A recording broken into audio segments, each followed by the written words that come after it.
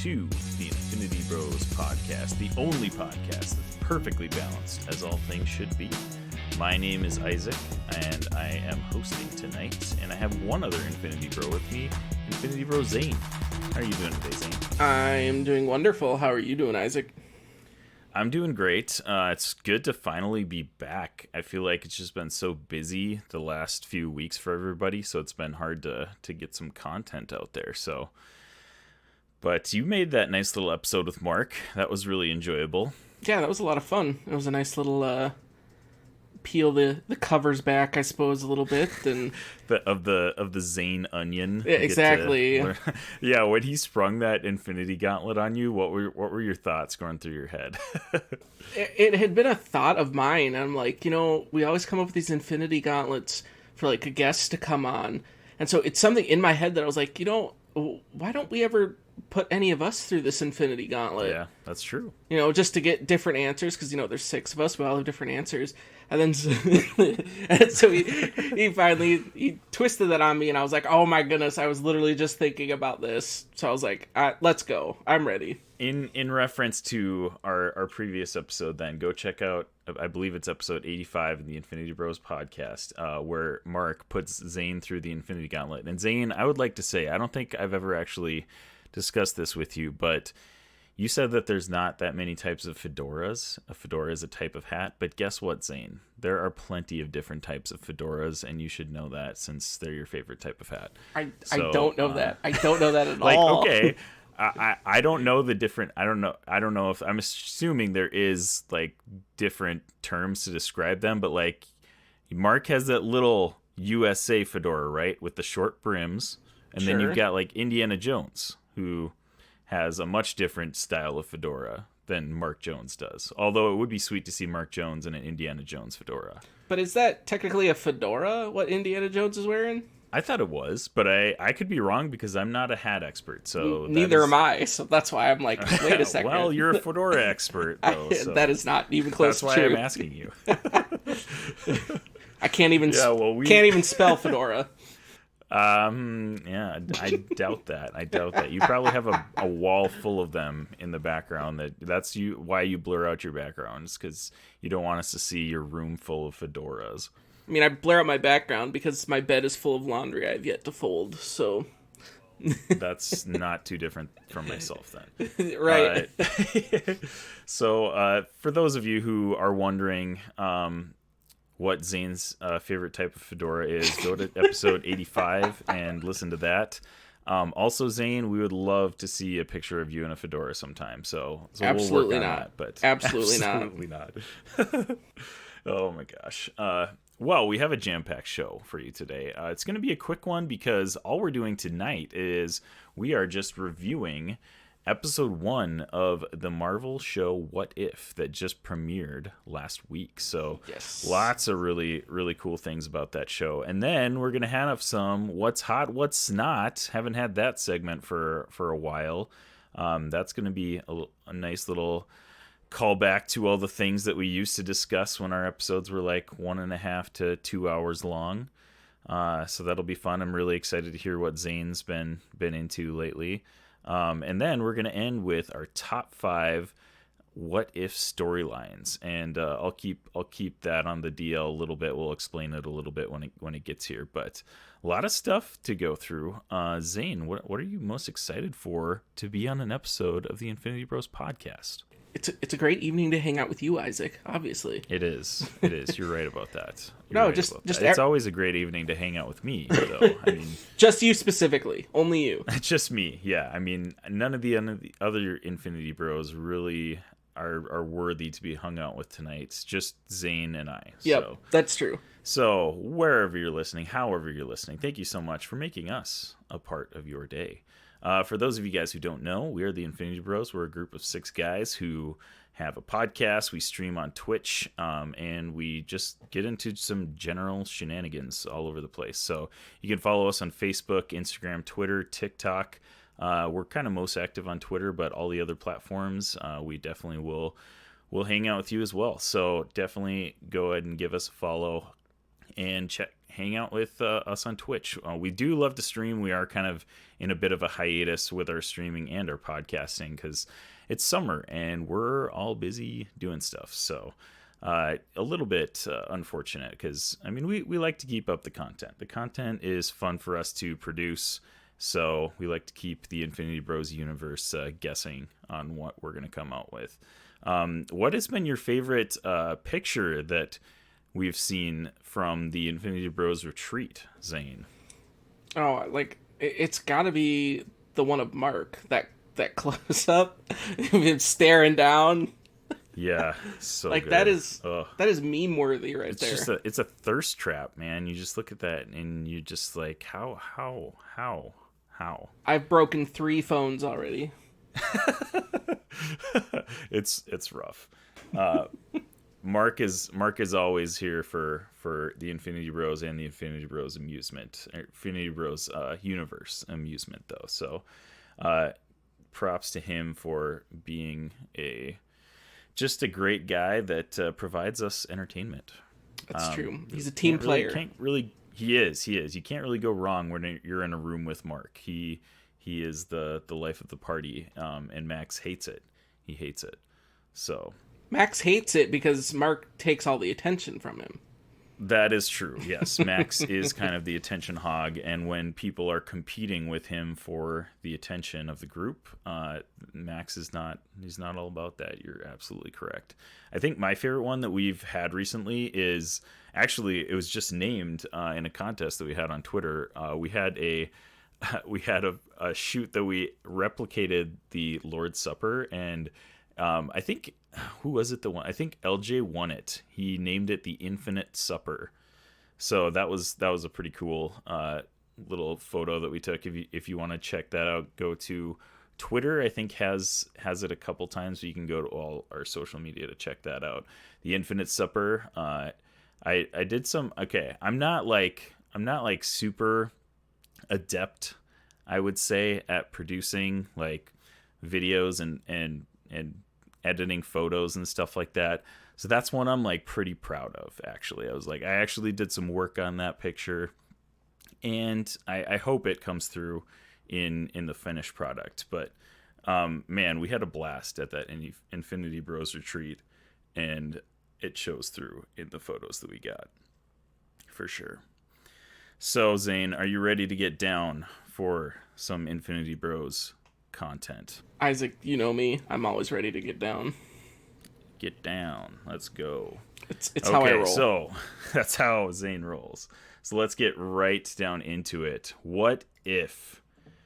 What If is an animated series created by A.C. Bradley for Disney Plus based on the Marvel Comics series of the same name. It's the 4th television series in the Marvel Cinematic Universe, produced by Marvel Studios and the studio's first animated series. The series explores alternate timelines in the multiverse that show what would happen if major moments from the MCU films occurred differently.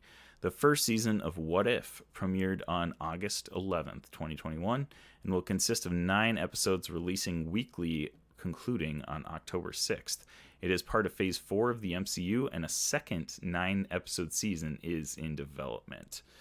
Zayne, we've been hyped for this for a really long time, ever since it was announced.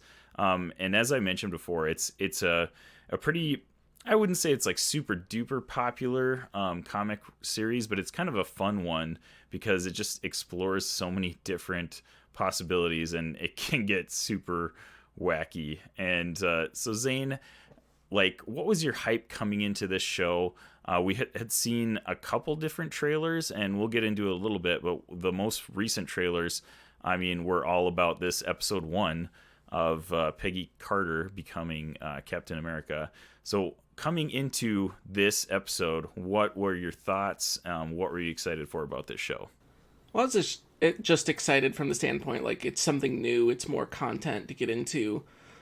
It wasn't necessarily like the same hype level that you had coming into, Falcon the Winter Soldier, Loki, any of the other shows.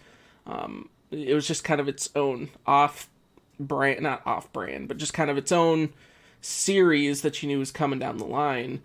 I I think what's most exciting about this, though, is just the opportunity it gives to present alternate stories that can just be one-offs. A quick half hour of just a one-off. Just a story of like, hey, what if this happened? What if this happened? And not only do you kind of to dive into some more of these stories, but it completely fits into Phase 4, and especially everything that we had, from the end of Loki and everything else and WandaVision. So, like, it completely fits in with this whole fractured, multiverse, everything. Like, yeah, show some of these stories, because, like, that can completely tie in. Like, you could have these introductions of having these what-ifs, and then randomly have this show up in a movie somewhere. Because, like, why not do that? Like, especially if you're getting into something that's exploring alternate timelines, alternate things that happened, even if it's just, use this as your cameos if you need to. Have characters from what ifs become your new cameos, Yeah, right. Well, and so we are fresh off of Loki, which just ended probably, what was it, a month now?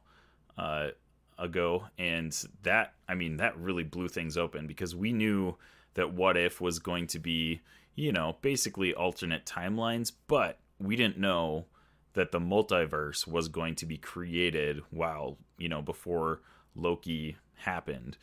And now I think it's actually been confirmed. I'll have to look up the article on that, but I think Marvel has said that these are each different multiverses. So they're all like canon technically, but they're all multiverses within the vast, multiverse that is now the MCU. So that's just like, that was like mind blowing in and of itself, that these are like actual paths. It's not just like a make believe scenario. Like, these are actually different universes that are happening within the MCU. And maybe they are just one-offs. We probably won't obviously get into every different universe and have a whole show based on it. But what if we did, though?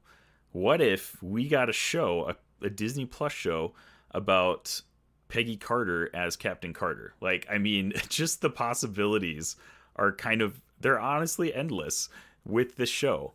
And so it's just mind-blowing to think about all the things that Marvel can do now that the gates are just wide open, so to speak, with Loki just blowing things out of the water.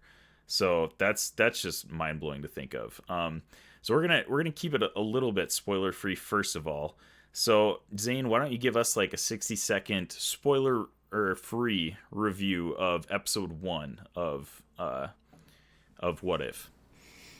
So it was. It didn't really like get too like, oh my goodness, I have no idea what to expect. Like, it really just lays it out there. Even in the title of What If Peggy Carter Became Captain America, and you're like, oh, okay, it just kind of jumps right into it. And I do love that it ran so much of the story, and I like that they started with this one because of what you had with the first Avenger and the first Captain America movie, and how it's still paced with that original movie, but you could see the little tweaks they made, and just the little switches or the little character, flips throughout. And I thought that was really cool and really clever, of just like, not just this is its own story in its own universe, but we're also kind of pacing it of what you saw in the movie. And so these moments were just kind of flip-flopping some of the people around. That to me was really cool. And so like it follows kind of that pace of that movie. And yeah, once as I finished it, I was like, I'm in. I'm ready for the next one. Like, this is, if we can get more quality content and the further episodes will be like this one, like, yeah, I'm all for it. Yeah, definitely. I absolutely agree with that. So I thought this episode was fantastic. It was like you said, Zane, it was a perfect intro to this series. It didn't really blow your mind. There was nothing about it that was like, wow, I can't believe they did this. And we had seen, trailers of what was happening, and it pretty much all transpired about exactly as how we expected it to.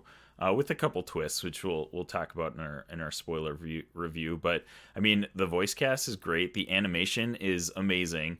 I'm more excited for the future of this show because we're going to get to these episodes later in the season where we don't know what the premise of the show is, or of the episode is. So those are the ones I'm really excited for, because those are the ones that are really going to kind of, maybe not blow our minds, because these seem to be a little bit like smaller scale. I mean, again, the doors are wide open. They can do whatever they want. So they could just do universe changing stuff too. Right. But it seems like they're going to be just kind of self-contained, like cool little episodes. So I'm all in, as you said, as well. So Zayne, what was your rating of this episode? We'll just go ahead and give that off the bat. Oh, actually, let's go ahead and give a spoiler warning here. If you have not watched What If, make sure you go do that first. It's a pretty quick episode. I think it's only like 30 minutes. So definitely go and check that out first if you don't want to get spoiled. Again, if you've watched the previews for it, I mean, you pretty much know everything that's going to happen in this episode. But we will go into spoilers now. All right, Zayne. So now let's hear your rating of it and why you felt that way about this first episode. Oh man, I would say I'm gonna say a 5 out of 6. Like, it's a good introduction. It didn't blow my mind or anything. The animation was solid. The voice acting was really good. Like, it's everything that you'd want from your first episode. So I'm struggling to go lower than a 5. It's definitely, I wouldn't go higher than 5 and definitely not lower than 4.5. So I'm just going to base it on the high end and give it a 5. I think I'm right with you there. I would give it a 5 out of 6 as well. Again, we already said it. No, nothing really that blows your mind. But I mean, you mentioned it. The voice acting, like, they've got. We didn't even touch on this yet. They've got like so many of the original MCU actors and actresses back for doing voice acting in this show. Haley Atwell is back as Peggy Carter. Sebastian Stan is back as Winter Soldier Bucky Barnes. Well, I guess he's not Winter Soldier in this episode specifically. But like, I mean, if you go down the line of all the actors and actresses that they've got back for this show that they've got slated for the rest of the season, there's probably more.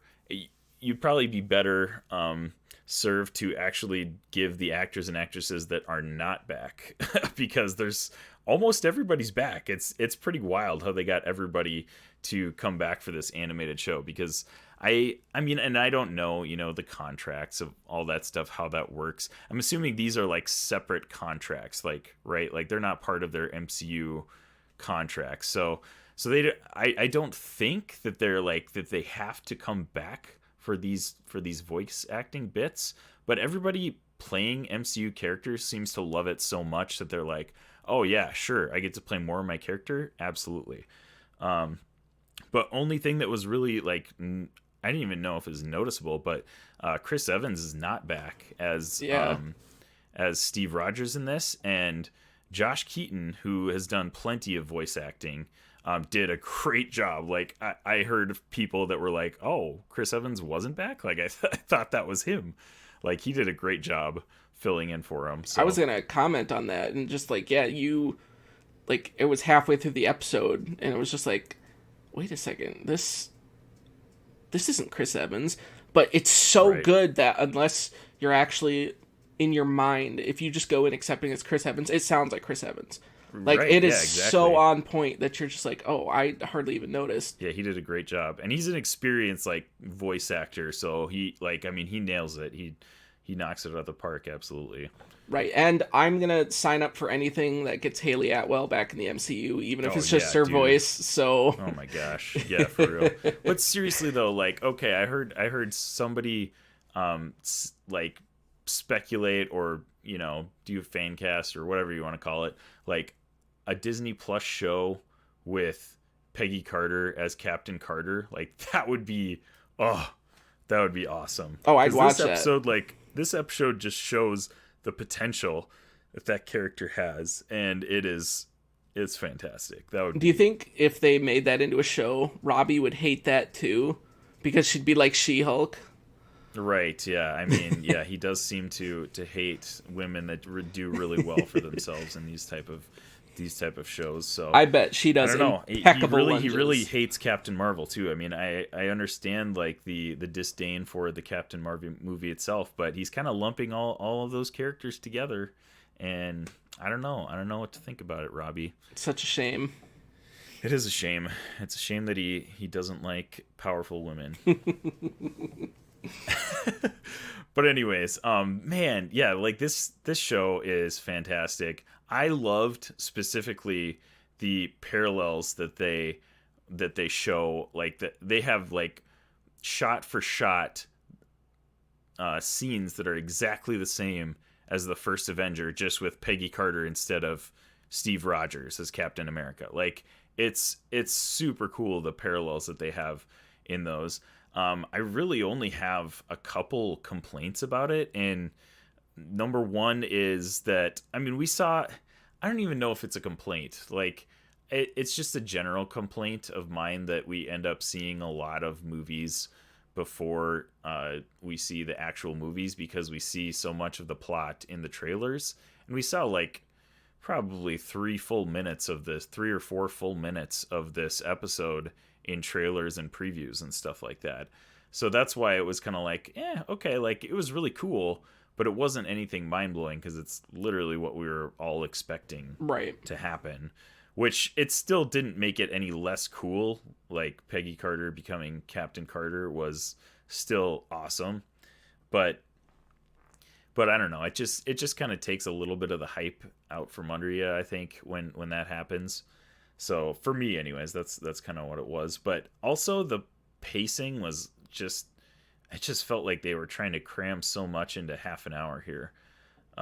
They just kept like zipping from scene to scene, and I think they wanted to show so many parallels between the movie, like the first Avenger, and this episode that they probably put one or two many scenes in there for the length of the episodes. Like they either needed to lengthen the episodes or like spend a little bit more time in each of those scenarios. So that the pacing was just a little bit like kind of jumping through everything so quickly. And I don't think that's going to be the case with, and maybe it will, I don't know. What do you think, Zane? Do you think it's going to be the case with a lot of these episodes because they're trying to draw so many parallels from the MCU that like the movies and stuff that they're from? I think it's going to depend on the movie they're trying to pull for. I think part of the reason why maybe this episode had some of those pacing issues is literally just because of the first Avenger, the source that they're pulling from, like that movie is just so like drawn out. And so like if you're trying to compress that movie itself into half hour, like yeah, you could have definitely made this more into like 45 minutes and got more.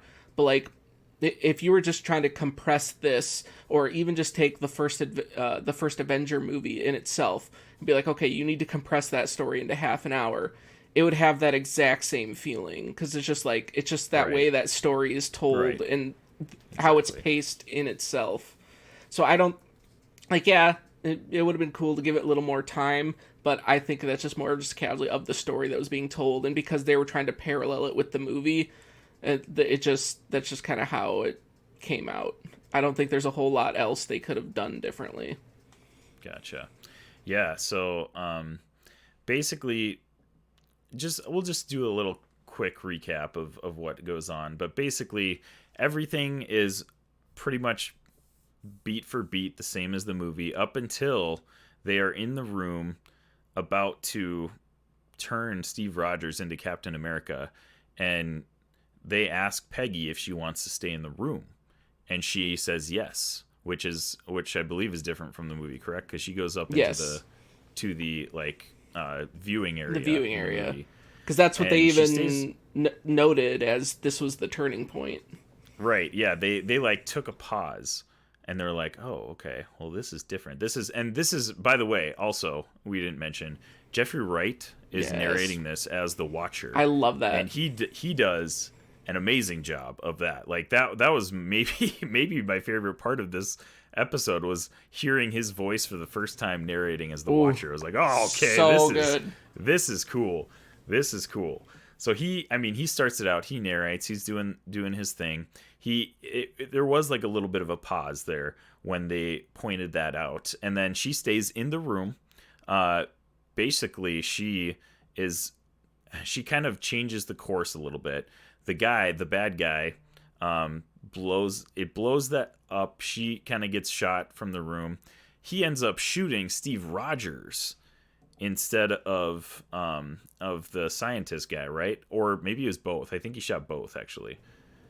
Yeah, So he anyway, shot both. Steve Rogers tries to stop him. He shoots Steve Rogers, and he is unable to, go into the tank and complete the super soldier serum like experiment. And basically, Howard Stark is like, all right, we got to do this now or we're going to lose this whole experiment. So Haley Atwell as Peggy Carter jumps in there, and she is like, all right, let's do this. We're not going to lose this experiment. And she becomes Captain Carter. And that was a cool, like, they have beat for beat, shot for shot, some scenes that are exactly the same as the first Avenger. And one of the first ones that I noticed was she gets in the machine, and it's the same, like, you see the blue vials like drain as they're being injected into Peggy Carter, and then it opens and she's like kind of like laying in the same exact position as Steve Rogers was in the movie. And I just thought, again, those parallels are just, I think those are the coolest part of the show for me. But yeah, so she eventually becomes Peggy Carter, and a little fun fact tidbit. She becomes. Oh, she is. She was Peggy Carter. She becomes Captain Carter. I'm like these three names: Peggy Carter, Haley Atwell, and Captain Carter. I'm like gonna jumble them up here for the rest of the time here. But she becomes Captain Carter. Kind of the same thing happens to her, but in a different way. So in the movies, Captain America gets kind of like, thrown aside as a failed experiment. He gets buried in all this political stuff. He's doing all these ads. And in this What If episode, John Flynn, who is what's his title? Strategic Scientific Reserve leader. And that's a little Easter egg, because he actually was in a one shot, one of those like short Marvel one shots that they put out a while back. So that was actually a callback to his character from that one shot. So that was kind of a cool little tidbit. We'll put a link in the show notes to watch the YouTube link of that. But that was kind of a cool more callback to another character that is not well known in the MCU. So he basically is like, she's a woman, so he's not going to let her be in the war, basically. And then, a lot of different stuff happens. Red Skull gets the Tesseract. There's some different things that happen because of Peggy Carter being Captain Carter instead of Steve Rogers being Captain America. She is able to get the Tesseract from the Red Skull. And in the movie, obviously, the Red Skull uses it to make, weapons and stuff like that.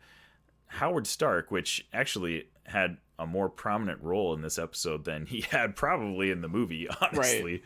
Right. He is able to make this Hydra Stomper that Steve Rogers pilots. So it's kind of cool. It like twists it on the head. Steve Rogers basically becomes Iron Man. Right. In a way. That was cool. That was kind of a cool little twist. But then she also is able to save Bucky Barnes when he is about to fall off of the train. She grabs him, and he makes a funny comment. He's like, "Oh man, you almost tore off my arm." And it's like, "Oh, okay." He saved his arm. I see what you did there. Saved his arm. Also, we're presumably in this universe, we probably don't get Winter Soldier because Bucky Barnes lives. So yeah, some cool, interesting, just little things. Like the cool thing about this is like it's like a butterfly effect, and I kind of hope the rest of the episodes kind of take that approach, which it seems like they will.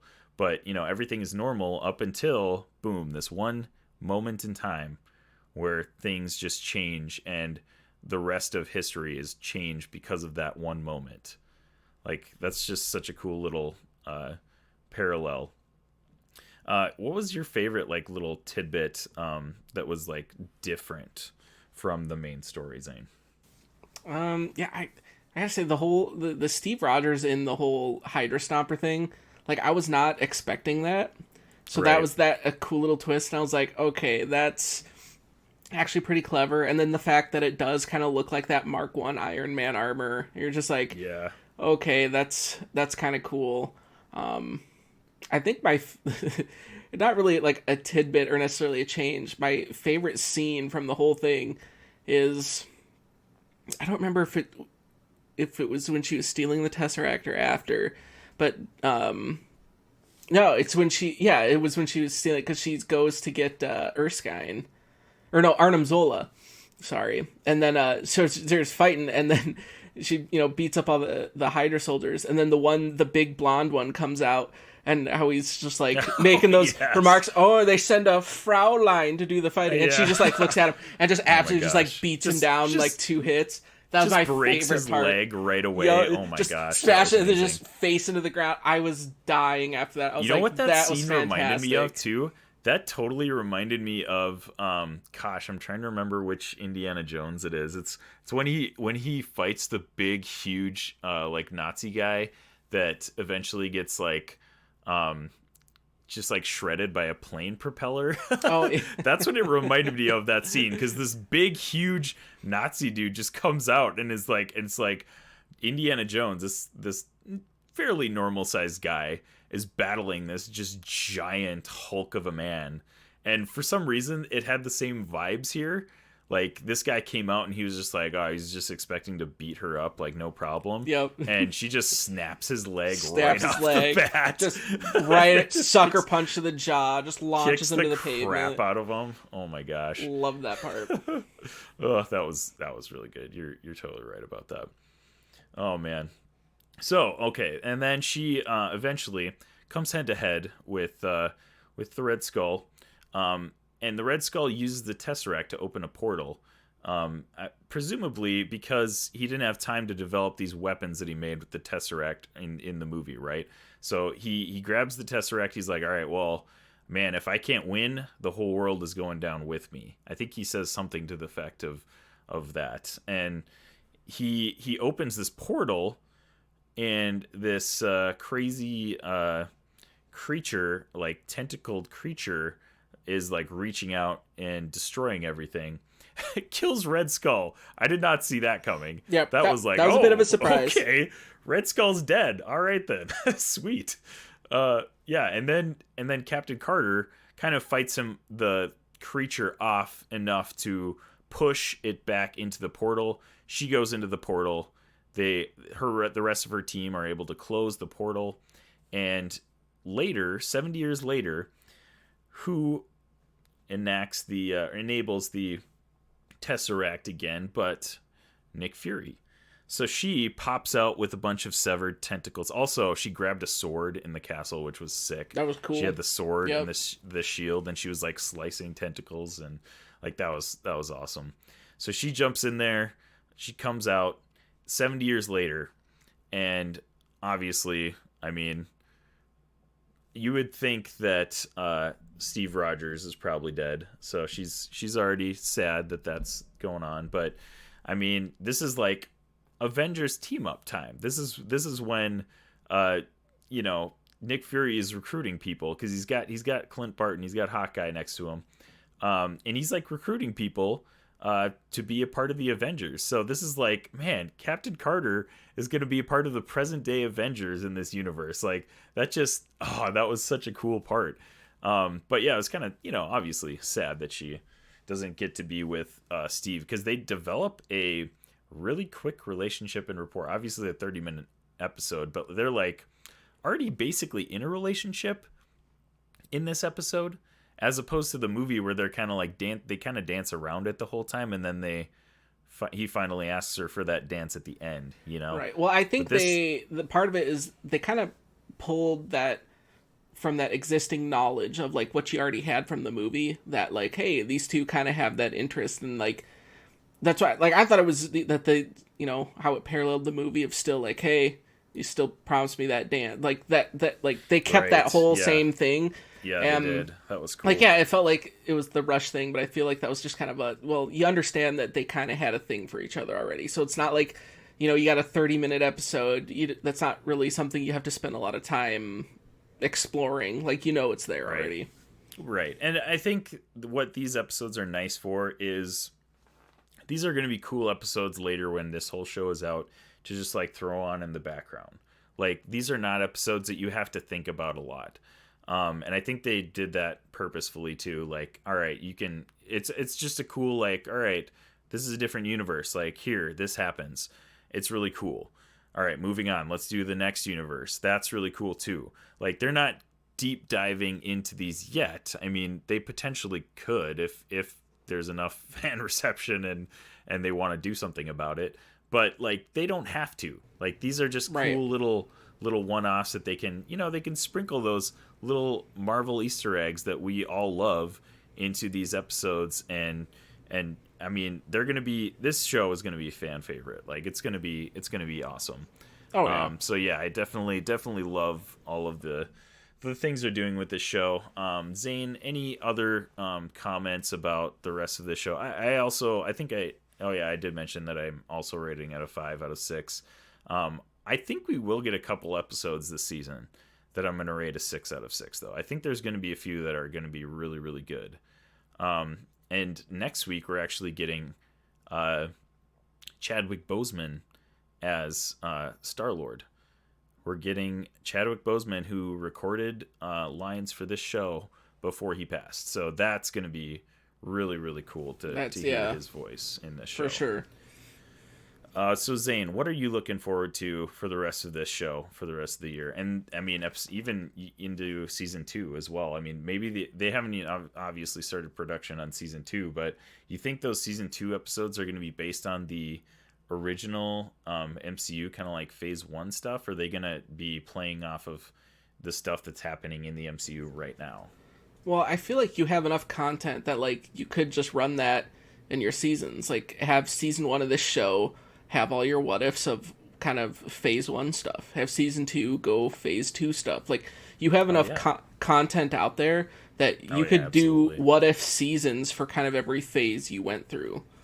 And even so, like, there's just so much you can do with this, and that's why like it's such a great idea for a show, because it can come with such a laid back, like, this isn't necessarily that show that, it's not the next episode of, WandaVision where everyone's, oh my goodness, what are these theories, and trying to come up with all these crazy stuff. Like, it's literally just like, it's 30 minutes.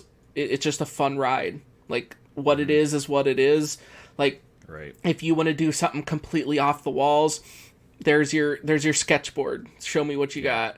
If you want to do something that's cool, interesting, that could tie in further, you can do that. Like, there's so much, room to work with on this. It's like, you can just, you can do whatever you want. And that's really cool. Right. And speaking of off the wall, man, whatever you want to do, our top 5 is going to be our top 5 storylines, what if storylines that we want to see or would be fun to see in an episode of What If. So we'll get to that at the end in our top 5. But definitely check out What If on Disney Plus. Episode 1 premiered last week. Episode 2 premieres this week. I believe the 17th is Wednesday. No, 18th. 18th is Wednesday.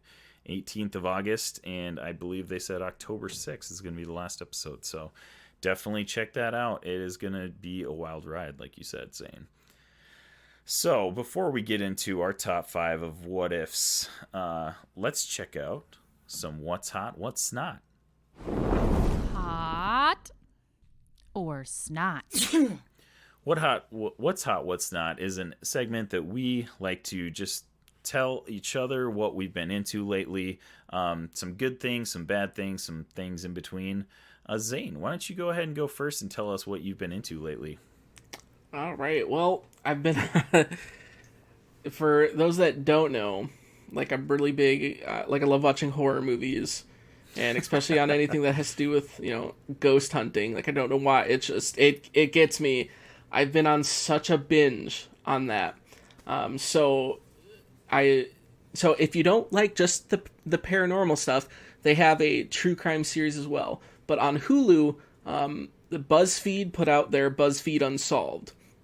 And so they have an entire, like, there's like 5 or 6 seasons they have of like just ghost hunting. And then they have like 5 or 6 seasons of just true crime. And I have spent the past week or so just burning through all the seasons of that. Fantastic watch.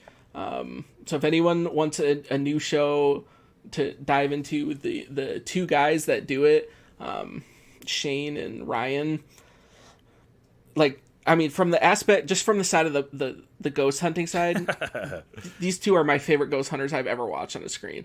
Like, the one guy is the biggest skeptic, and then the one guy is the easily scared, like, oh my goodness, this is so real. And the way those two interact, like, they would be in our friend group.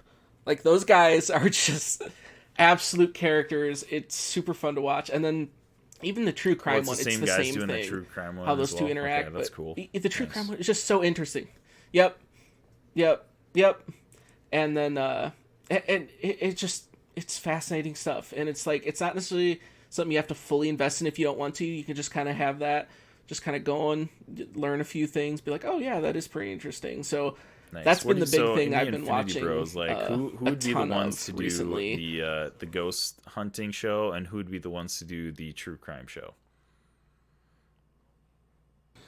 Oh man, like who would be the one each, like or hosting who would be the show? the... Like who could we get to do the ghost hunting? I mean, Max would be hilarious because he'd be the guy that gets like spooked doing everything, and we could throw. I feel like Jarrett would be pretty skeptical. We could probably put Jarrett and Max together. Well, that's my exact thought for the ghost hunting one. I'd go Max and Jarrett. Yeah. Just, I feel like it. Yeah, because Max would spook on literally everything, and Jarrett would just be over here, just like, just laughing. Like, Max, what are you doing? I'm a computer and I can mathematically prove ghosts aren't real. Blah blah blah blah blah. I'd be down. And then as far as true crime, like, I mean, you'd have to be. I know on this they do the same guys, but like on a true crime one, like I'd have to go with you for sure. Definitely on you, just because. I mean, just the nurse background, the forensic, and just kind of just the stuff. interesting. Right, kind of the forensic. You can kind of have a little more knowledge when you're poring over the evidence. All right. I could dig that.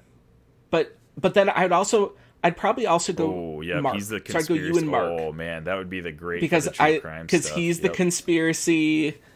Yep, he's the big conspiracy he'd be the guy. Like, guy asking the questions at the end of the show, like, but did they really kill them? Did they actually frame somebody else? It's question mark.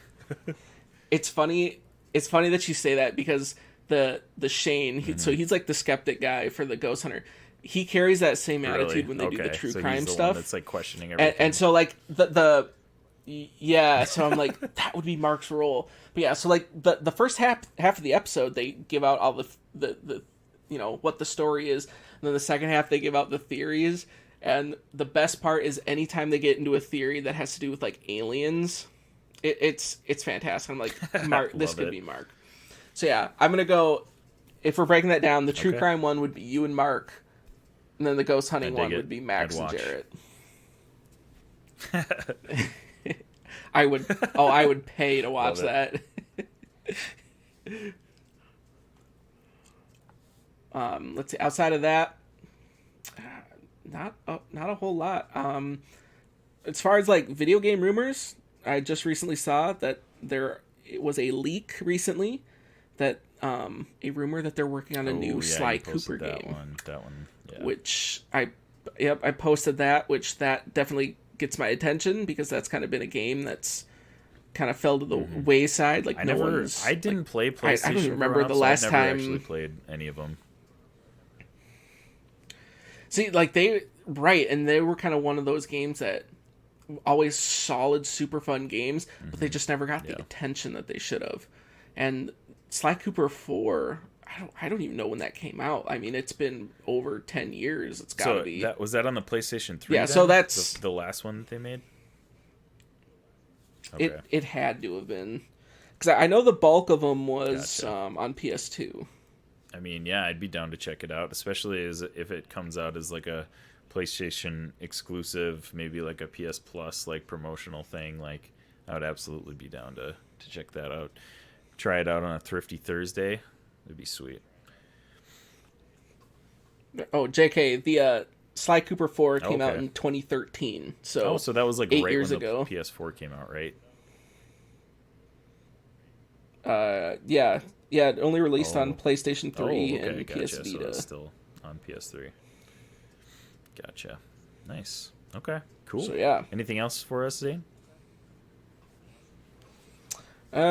Not really. Kind of just been sitting here. I'm waiting for October to get here for Battlefield to come out. Nice. Outside and of that, we'll have to have a little bit more scary streams in October, because I know we've been kind of slacking on our spooky streams. Yes. So we'll have to get a couple up in October. And hypothetically, they haven't confirmed it, but if they go by what they did last year, we should be getting the next chapter. Dark Pictures game. What is that one named again? That should be October. House of Ashes, I believe. Because if it follows suit of Little Hope, it should come out Halloween night stream, or the day before. Let's go. Yeah, so it's all right, stay tuned spooky for Zane stream. and I for a spooky stream in October. It's going to be happening. Absolutely. Awesome. Anything else you got for us, hot and snot, Zane? Nope. No, that's about Gotcha. all that's going on in my so world. I've got a couple things. I'm going to start off with my snot, because I want to end on a positive note. And Zane, you can kind of join the conversation here, because we've been talking about this in our group chat, and I really wanted to get a spoiler episode on it, but we just never got around to it. We've all been so stinking busy. But Space Jam 2. Space Jam: A New Legacy is on my snot list. Okay, guys. I mean, there's been so many mixed reviews on this movie. I watched it on HBO Max when it came out that weekend. I believe it was the July 18th weekend, or I think it was even before that, maybe something like that. But anyways, so many mixed reviews, and among all of the Infinity Bros, we have ratings all the way from 1.5 to I think 4.5. I think Max's was a 4.4 or 4.5. That is insane. Max is a crazy man. You're absolutely right. So I will start off with, it's an entertaining watch. It's one that I might watch again. It's nothing that I would pay for. It's not good enough for me to spend money on this movie. But I rated it a 3 out of 6 just for the entertainment value. It's got Looney Tunes in it, and they do a pretty cool job of the like kind of 3D animation that they pull the Looney Tunes into later in the movie. The one thing that they did really well in this movie was WB did this thing called the Serververse, and they pulled in all of their IPs into this movie, which was actually pretty cool. Like, that was cool. We got to see the Iron Giant and King Kong like sitting and watching the basketball game when it was going on, and they like zoomed past Harry Potter world, and that part was really cool. But other than that, this movie was absolute garbage. This is a terrible movie. Oh yeah. LeBron is a terrible actor, like probably one of the worst sports actors. Like, sports actors are just bad in general, so you give them a little bit of grace, right? Because it's like, yeah, they're not actors, they're just professional athletes that got roped into doing this because they're making a lot of money for it, basically. But LeBron is like one of the worst I've ever watched. Like, he's awful, just absolutely wooden. And Don Cheadle does like help a little bit, like he was pretty okay in this movie. But man, LeBron is so bad. And I will say, MJ is bad in Space Jam, the first one. Like, he's not a great actor, but he's still he played it like he knew he was a bad actor. That's how I view like Space Jam. He knew that he wasn't a good actor. He was relying on the Looney Tunes to make him funny, and right, he played like he was exactly. acting with cartoon characters. Right, and my complaint about this movie is this is a movie about LeBron that just happens to have Looney Tunes in it. Space Jam, the original Space Jam worked because it was a Looney Tunes movie that had Michael Jordan in it. Like, there's big differences there. And the fact that this movie was about LeBron, it just wasn't even interesting. Like, the story was stupid. I don't even remember the villains besides Don Cheadle because, like, they weren't important in the story. Like, it was just dumb. And the Looney Tunes were fine. Like, they weren't the funniest I've ever watched the Looney Tunes before, but they were loony. They were the Looney Tunes. So it was like, again, it's a 3 out of 6. It's an entertaining watch. Not something that I probably would go back to unless I was watching it to make fun of it. But I absolutely don't see how Max got a 4.5 or 4 or whatever he rated it out of this show. The original Space Jam, again, is not a perfect movie, but it was leagues better than this movie. This movie was just wasn't good. And I don't know who out there thinks that this is a good movie and why, but to me, it's not a good movie. LeBron's terrible. He kind of ruined it for me. And it's not that I hate LeBron either. Like, he's not like my favorite athlete in the world, but I didn't have any like disdain for LeBron prior to this movie that makes me hate the movie. He was just a terrible actor. So I don't know. I don't know where people are getting all the hype about it. So Space Jam forever. That movie with Michael Jordan is amazing. So all right. Any other comments on Space Jam 2 before I move on to my hot, Zane? Well, number one, like, how triggered do you think Max got when they went into the Mad Max universe to go get Wile E. Coyote? Oh my Do you think gosh. Max got really upset by that? Yeah, he. I'm surprised he didn't turn off the movie after that. Honestly. Well, no. Well, actually, that's probably why it's down to. He gave it to a 4.5. Like, he probably had it up at like a 5.5, and that knocked the whole point off because you're absolutely right. Gosh, I don't know how he got that high of a score. That's my last. I guess just my final comment on it. Like, it's something I said and just came. It's like my understanding of it and watching the main difference between the original and this one is that, well, number one, like, you could have put any NBA star in this one and it would have worked. Because the Looney Tunes didn't need LeBron to win. Right, yeah. Whereas in the original, they needed Michael Jordan to win. Absolutely. So in the original, you had to have Michael Jordan there. He saved the Looney Tunes. Well, in this one, the Looney Tunes saved LeBron. Right. Like, in this one, LeBron doesn't even want the Looney Tunes as his team. He tells Bugs he wants to go find the best basketball players in the WB serververse, and Bugs is just like, screw that. I'm going to go find the Looney Tunes. Like, right. And you're like, what? Yeah. It's just, it was disappointing, to say the least. So, all right. Max has bad opinions, and he should feel bad. He does. Let's move on to some more positive things, though. Yes. On my hot list, Ted Lasso. Scott Higa has been harping on this show for like a year now. It's an Apple Plus original. Jason Sudeikis plays a American football coach that goes across the pond to coach soccer. And the premise of the show actually sounds kind of dumb, which is why I never really got into it. But I watched the first episode and I was immediately hooked. Jason Sudeikis is amazing as Ted Lasso. He's just like very charming and just overwhelmingly positive, and you can't not like him. For those of you guys who have Apple Plus, definitely check it out. For those of you who don't, I think Apple Plus is only like $5 a month, so it's worth like just getting for a month and binging it. So definitely check out Ted Lasso. Amazing show. I think I'm on episode 6 out of, I'm not sure how many are in the first episode, or first season, but the second season has actually started streaming. Is coming out weekly, so check out that, binge the first season and start the second season. My next hot and my last one on my list is Back 4 Blood. I was actually able to get in on the beta last weekend.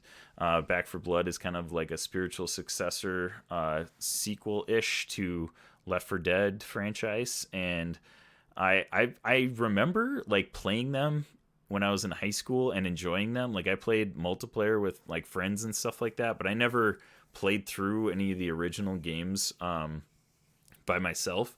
So I actually bought them on Steam and have been playing through Left 4 Dead, the first one. And it is, man, going back to those is such a blast. And I was like, oh man, that Zayne was already getting me hyped for Back 4 Blood earlier. But when I got in on the beta, this is a fantastic game. I say this all the time, and then I end up just going against my own inhibitions. But I don't like pre-order games. I don't even really buy games right on release because I usually am like, unless I know that I'm absolutely going to love it, then I will go ahead and buy it. And this is a game that I am going to buy on release. Like, I played the beta and it's fantastic. The gameplay is super smooth. It's just a fun zombie slayer that just has a ton of action, and I didn't get to play too much with other people, which I was kind of bummed about. Zayne, you weren't able to get in on the beta, were you? No, so I didn't get in on this one because this was like I don't remember the technical term for it. Yeah, but it was like a pre-beta. Like, you had to register for a key for it. Yep, so you had to like register, and so like that was like what you got for like pre-ordering the game. The full open beta is next week. Okay, so we'll definitely have to run some at that point. So yeah, definitely. So that's just what I was waiting for. Yeah. But yeah, the open beta will be everyone, like, you don't need a key. You could just download it right from the store and be able to jump in and play. Right. I think that goes live next week. Yeah, it's amazing. If you're into any type of creepy, like, zombie type of games, you have to get it. And like, it feels exactly like the Left 4 Dead series. Like, it's just perfect as a zombie game.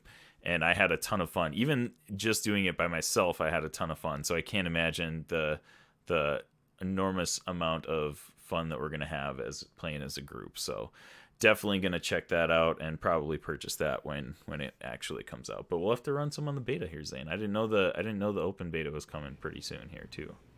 Yeah, I'm trying to look up when the open beta is, but I'm not seeing it.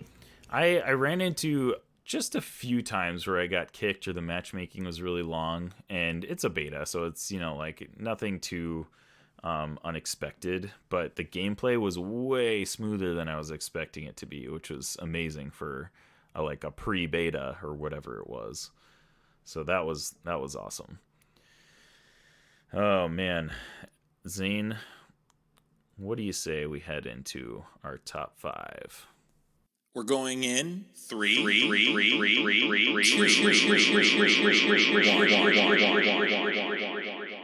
You're entering the top 5 on the Infinity Bros podcast. Starting now.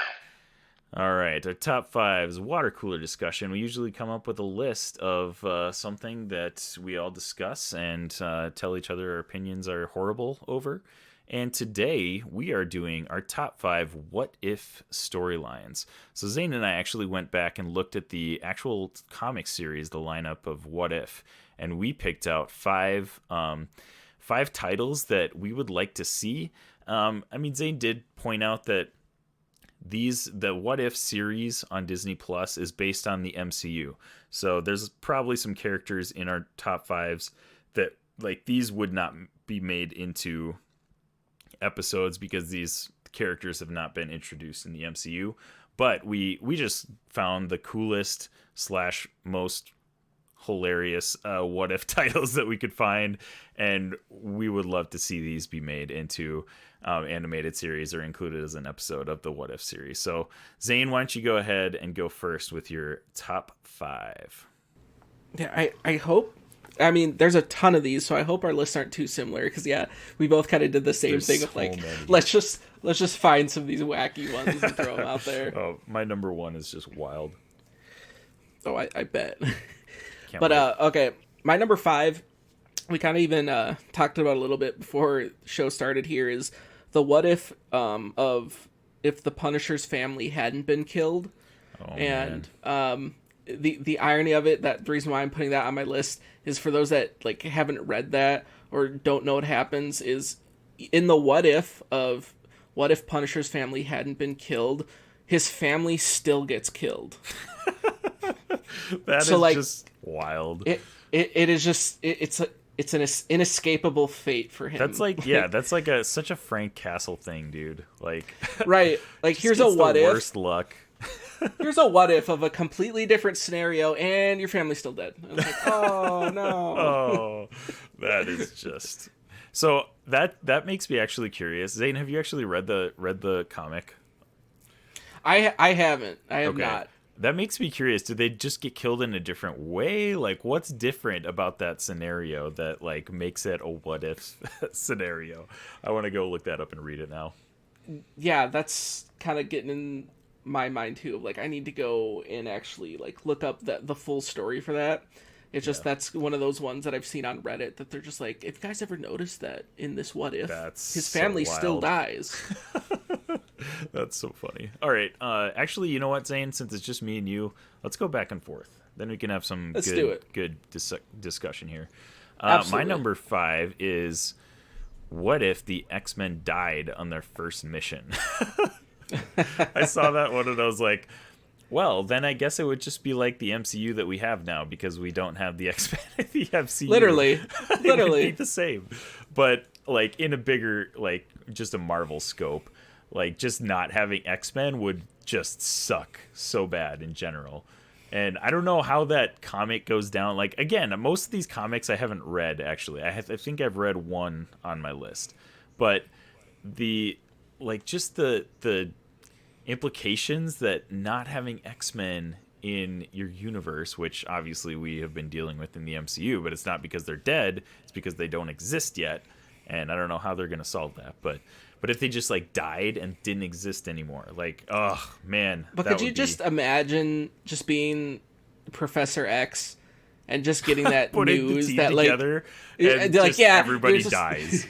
You get that cool like superhero montage. It's just like in Deadpool 2, like everyone's getting together, all suited up, and everyone just gets wiped out, and you're just like, well, yeah, that would be unfortunate for sure.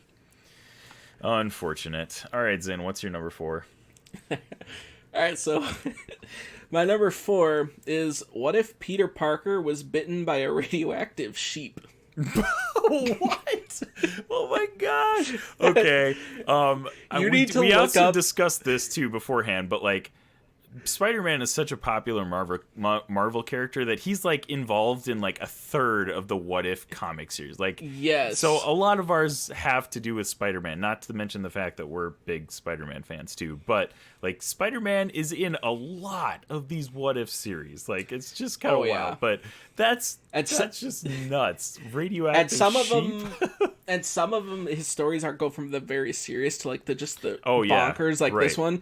But on this one, like, look up what the cover picture of this is. Okay. I saw that and I started laughing. I was just like, burst out laughing. Oh my gosh. Whoever came up with this idea, like, I hope they got promoted, because it's so dumb, it's hilarious. That's one of the first ones that pops up on my Google search. I'm like writing it out, and I got to bitten, and by a radioactive sheep comes up.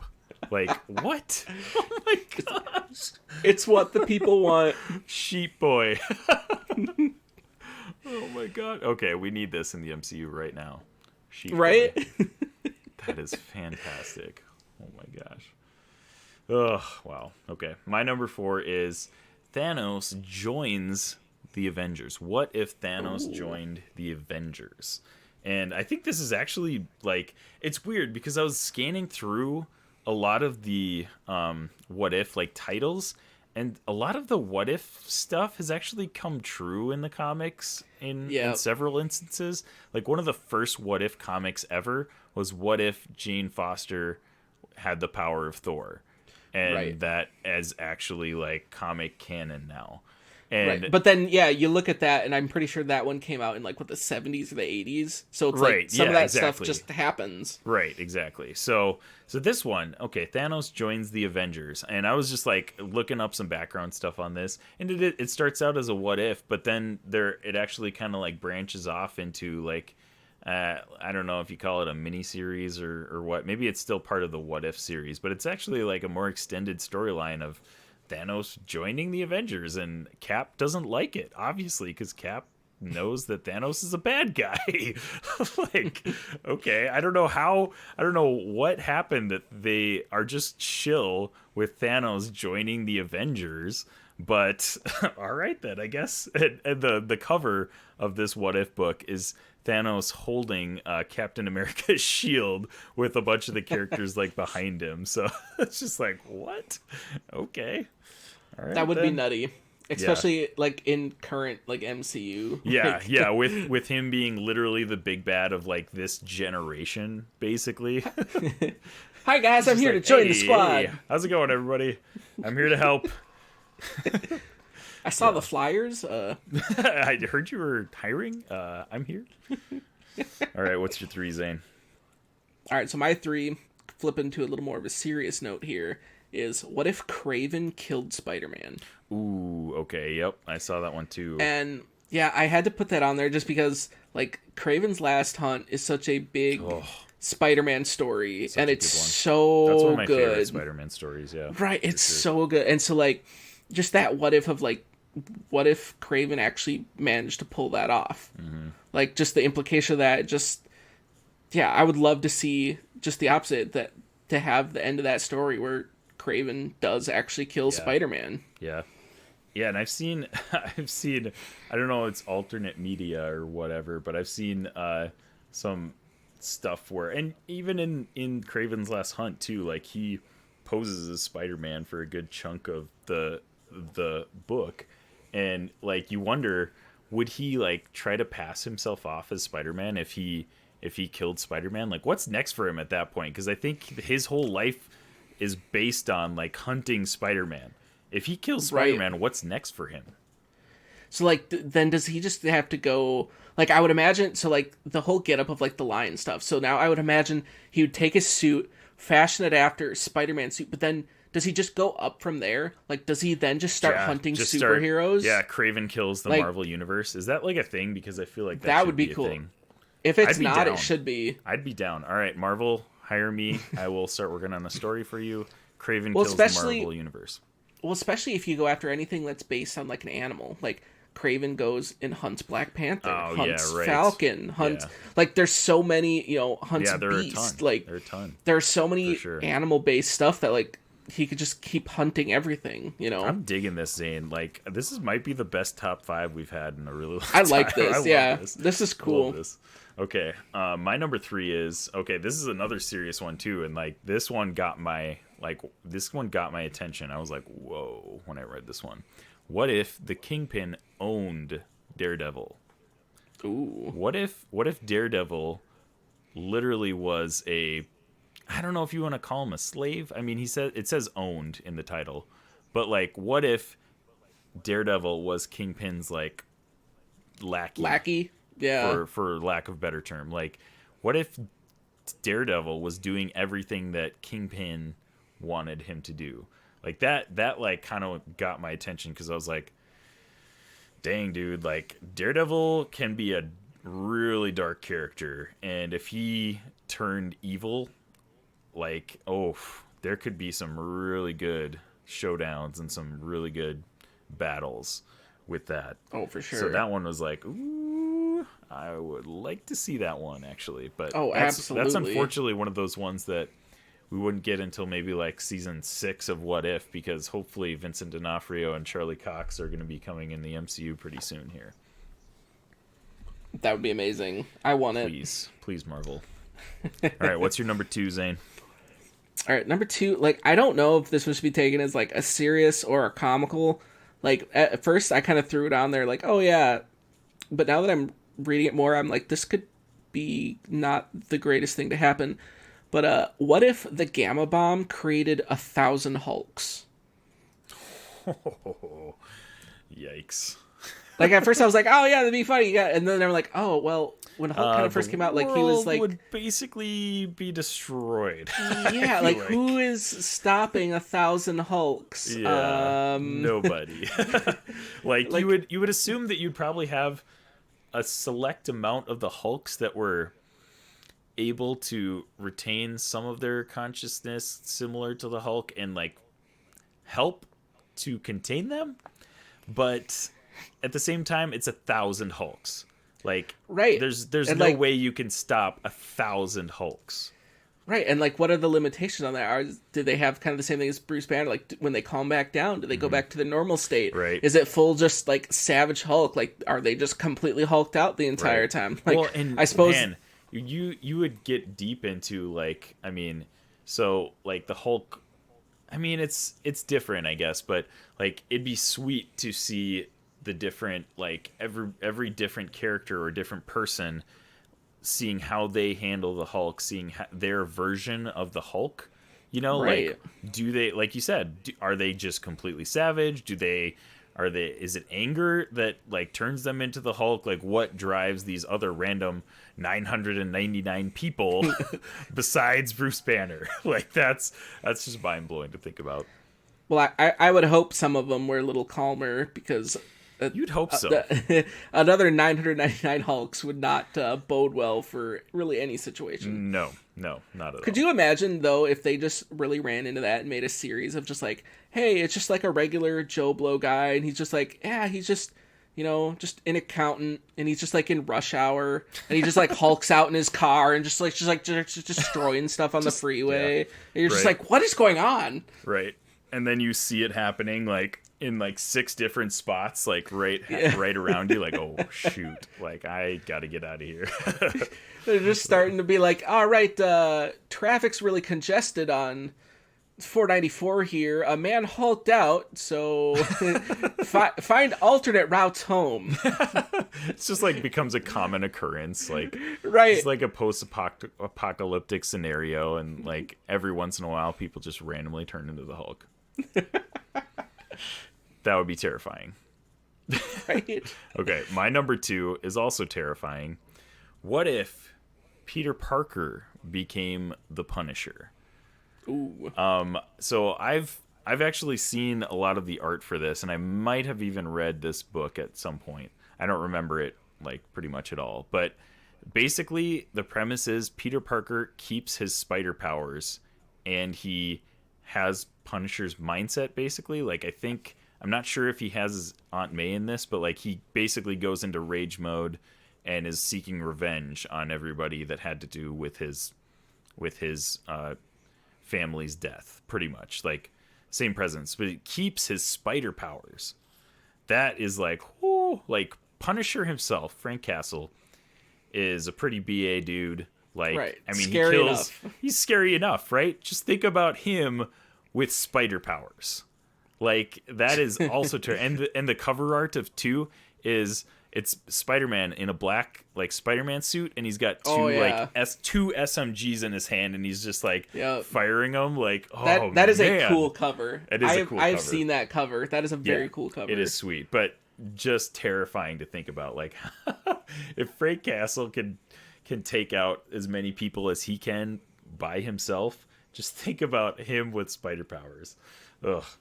Yikes. Big yikes there. All right, Zane, what is your number 1 what if storyline?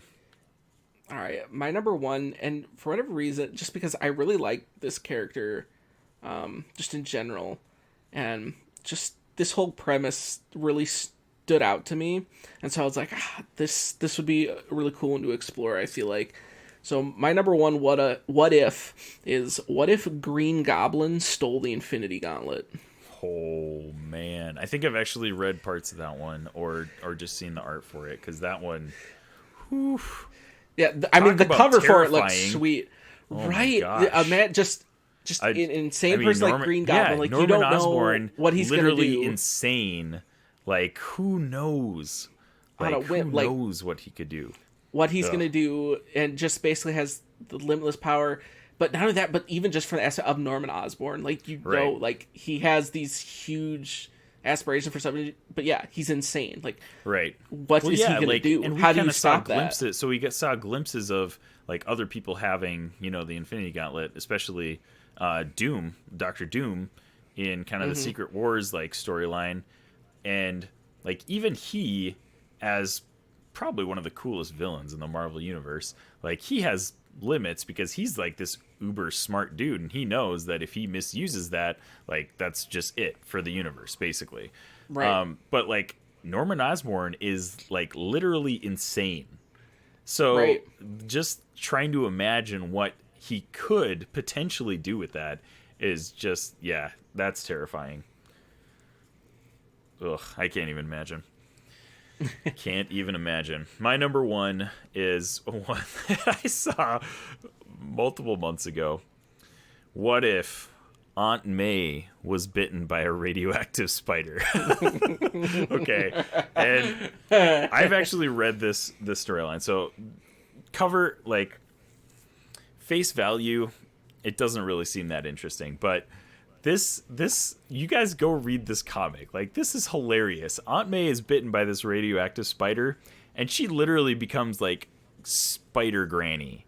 Like, she creates a spider costume that has like the big ruffled like shoulders. She's got like a bonnet, like a spider bonnet, and she's wearing a skirt. Like, this is a wild, like, I don't know what drugs people were on when they were thinking of this what if, but that one I like saw and I was like, oh, what? Okay, this is my number one. Aunt May bitten by a radioactive spider. We need that to be canon in the MCU right away. So Definitely. that is our top 5 what if storylines. That was really fun, Zane. I kind of want to dive a little deeper into that. When we have more of the bros on, maybe we'll do another similar Get top some more. 5. Well, yeah, because there's what, like, I mean, there's over like, it's got to be over like 250 of those. Right. So Like, here was so my many. original thought with this top 5 is one us coming up with original like ideas of like, hey, what if this happened? What if this happened? That would take a little bit more planning. So next time we have a top 5 and we're reviewing a what if episode, that's what we'll put some thought into it.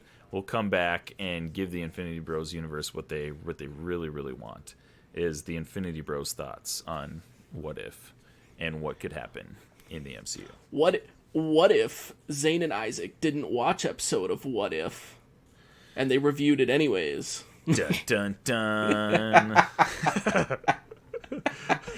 What if Max didn't think Space Jam was a good movie? I don't think that's possible. In that scenario, Max still That's the thinks Punisher Space scenario. Jam. Yes, Max still thinks Space Jam is a good movie. There's no scenario in all the multiverses where Max thinks Space Jam is a bad movie. Well, I'm glad there's one multiverse that Max actually watched Princess Bride, though, because that was a travesty that he had not seen that before. That's true. But he changed that. He did. He changed his stars and became. Maybe we are. Do you think we're living in the what if multiverse? Do you think we're like a what if storyline just because Max watched The Princess Bride? We could be. That's very possible. Wow. I'm suddenly Just think contemplating our own existence right now. Just think of the multiverse or the universe we could be living if you watch Mad Max. Oh my gosh, it would be like a utopia. We'd probably have solved world hunger. Probably. Cancer. Yep, solved. done. Like, man. If only Yep. Max would If watch only. Mad Max. Yeah, there's a lot of scenarios that would lead to a better world, but we'll probably never see those, unfortunately. Yep. It's sad. It is sad. But what's not sad is that you guys have stuck with us through this entire episode of the Infinity Bros podcast. Thank you so much for hanging out with Zane and I today. Zane, got anything else to share with the Infinity Bros universe before we close it off? No, just thank you for listening. Thank you for putting up with us for another episode. Did our best to be entertaining. Full of shenanigans. The Isaac and Zane show. Well, I mean, of course. Of course, That's all we get into is shenanigans. It's shenanigans all day long. Wherever you're listening, however you're listening, thank you so much for making us a part of your day. You can check out our socials, Instagram, Facebook, Twitter, TikTok, Twitch, and YouTube to catch us and interact with us. You can also join our Discord where we talk about the issues daily. So definitely come in and hang out with us. We love for you to be a part of the Infinity Bros universe. Zane, thanks so much for hanging out with me tonight. It has been a wonderful night. and we will see the Infinity Bros universe later. We love you 2000. Bye. Bye. Thanks for tuning in to the Infinity Bros podcast. You can find the Infinity Bros on Facebook, Instagram, and Twitter at the Infinity Bros. Feel free to send listener feedback via email at infinitybrospodcast@gmail.com.